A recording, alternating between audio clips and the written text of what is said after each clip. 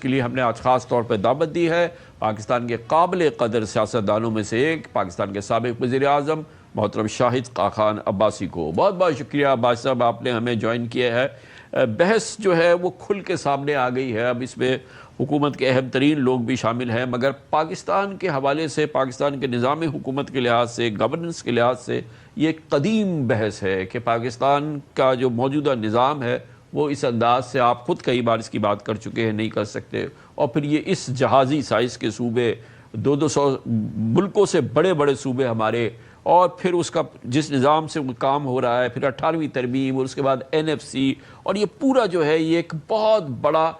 بہت ہی کمپلیکیٹڈ پورا نظام بن گیا ہے، جس کی وجہ سے پاکستان کے 25 کروڑ لوگ سفر کر رہے ہیں، پاکستان بھی سفر کر رہا ہے۔ آپ سمجھتے ہیں کہ وقت ہے کہ اس میں ہم ایک دور رس تبدیلی کے لیے قومی طور پر جو ہے ایک کیمپین کا آغاز کریں؟ جی بالکل، ایک ضرورت ہے کہ آپ کا نظام نہیں چل رہا، اور جو نظام نہ چلے تو آپ کو اس کو ریفارم کرنا پڑتا ہے۔ اب یہ ریفارم جو ہے بڑا بنیادی آپ کو کرنا پڑے گا، یہ نظام کو چھیڑنے سے یہ معاملات حل نہیں ہوں گے، لیکن اس کے لیے آپ کو ایک نیشنل کنسنسس چاہیے۔ یہ کوئی ایک جماعت یا ایک حکومت نہیں کر سکتی، کیونکہ اس پر بہت ایک وسیع بحث چاہیے ہوگی، اور اس کی اپروول صرف پاکستان کے عوام دے سکتے ہیں۔ ریفارمز آپ ضرور کریں، لیکن ریفارم سے صرف مسئلہ حل نہیں ہوگا، آپ کو نئے صوبے بھی، نئے یونٹس بھی بنانے پڑیں گے، لیکن جو بھی تحفظات ہیں ان کو دور بھی کرنا پڑے گا۔ آپ کو جو NFC ایوارڈ ہے اس کو بھی شاید ریوزٹ کرنا پڑے، آپ کو جو ایڈمنسٹریٹو سسٹمز ہیں ہمارے ان کو بھی مکمل طور پر بدلنا پڑے گا، آپ کو لوکل گورنمنٹس کے اختیارات کیا ہیں، وہ کیسے بنے گی، ان کا مقصد کیا ہوگا، اس کو بھی دیکھنا پڑے گا۔ لیکن یہ سب چیزیں ممکن اس وقت ہوں گی جب ملک میں رول آف لا ہوگا۔ اگر رول آف لا نہیں ہے،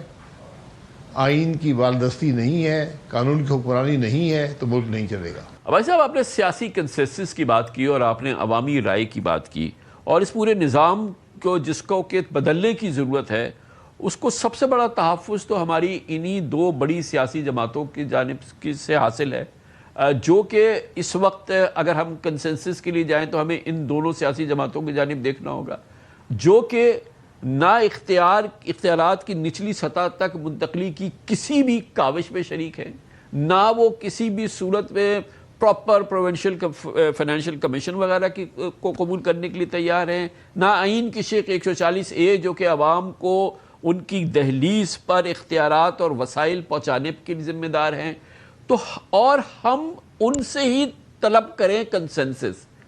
تو سر یہ کیسے ممکن ہوگا؟ اب آپ یہ دیکھیں کہ وہ نظام جس میں آج ہے وہ خود کہتے ہیں کہ یہ فارم 47 کی پیداوار ہے، یہ حکومت فارم 47 کی پیداوار ہے، یہ وزیر اعظم فارم 47 کے ہیں، یہ چیف منسٹر فارم 47 کے ہیں، یہ پارلیمنٹ فارم 47 کی ہے، جو ایک حلیف جو اقتدار میں شامل جماعت ہے وہ اس بات کا ببانگ دہل اعلان کر رہی ہے۔ تو اگر ہمیں کنسنسس چاہیے، ہمیں ملک کے حالات کو، نظام کو بدلنا ہے، تو ہم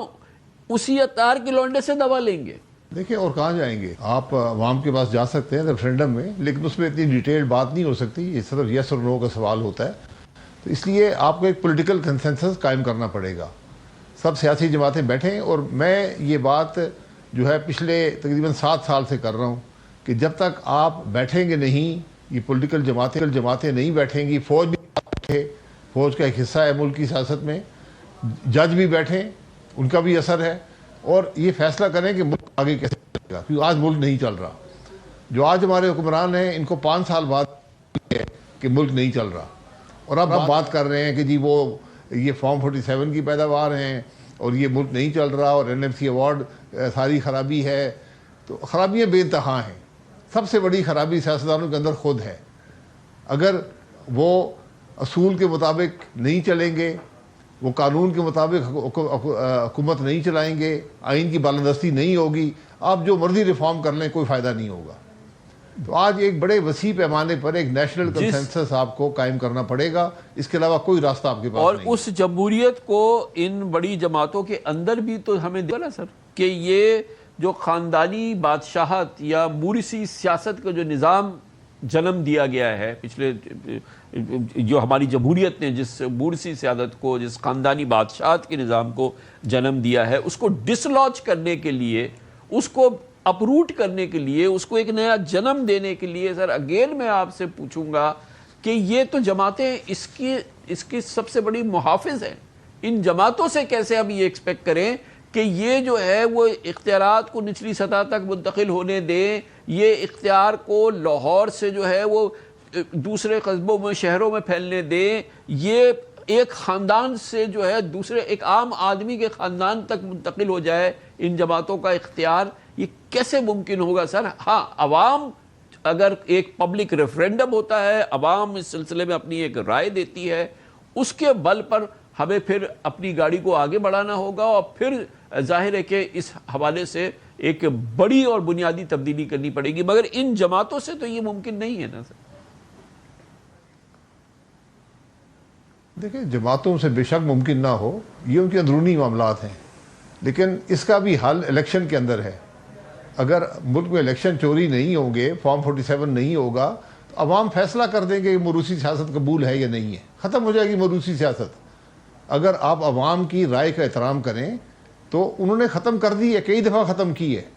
لیکن ہم پھر فارم 47 کے ذریعے اسی موروثی سیاست کو واپس لے آتے ہیں. تو بات یہ ہے کہ اگر میں پھر آئین اور قانون پہ آؤں گا, حل اسی میں, ہر چیز کا حل اسی میں ہے.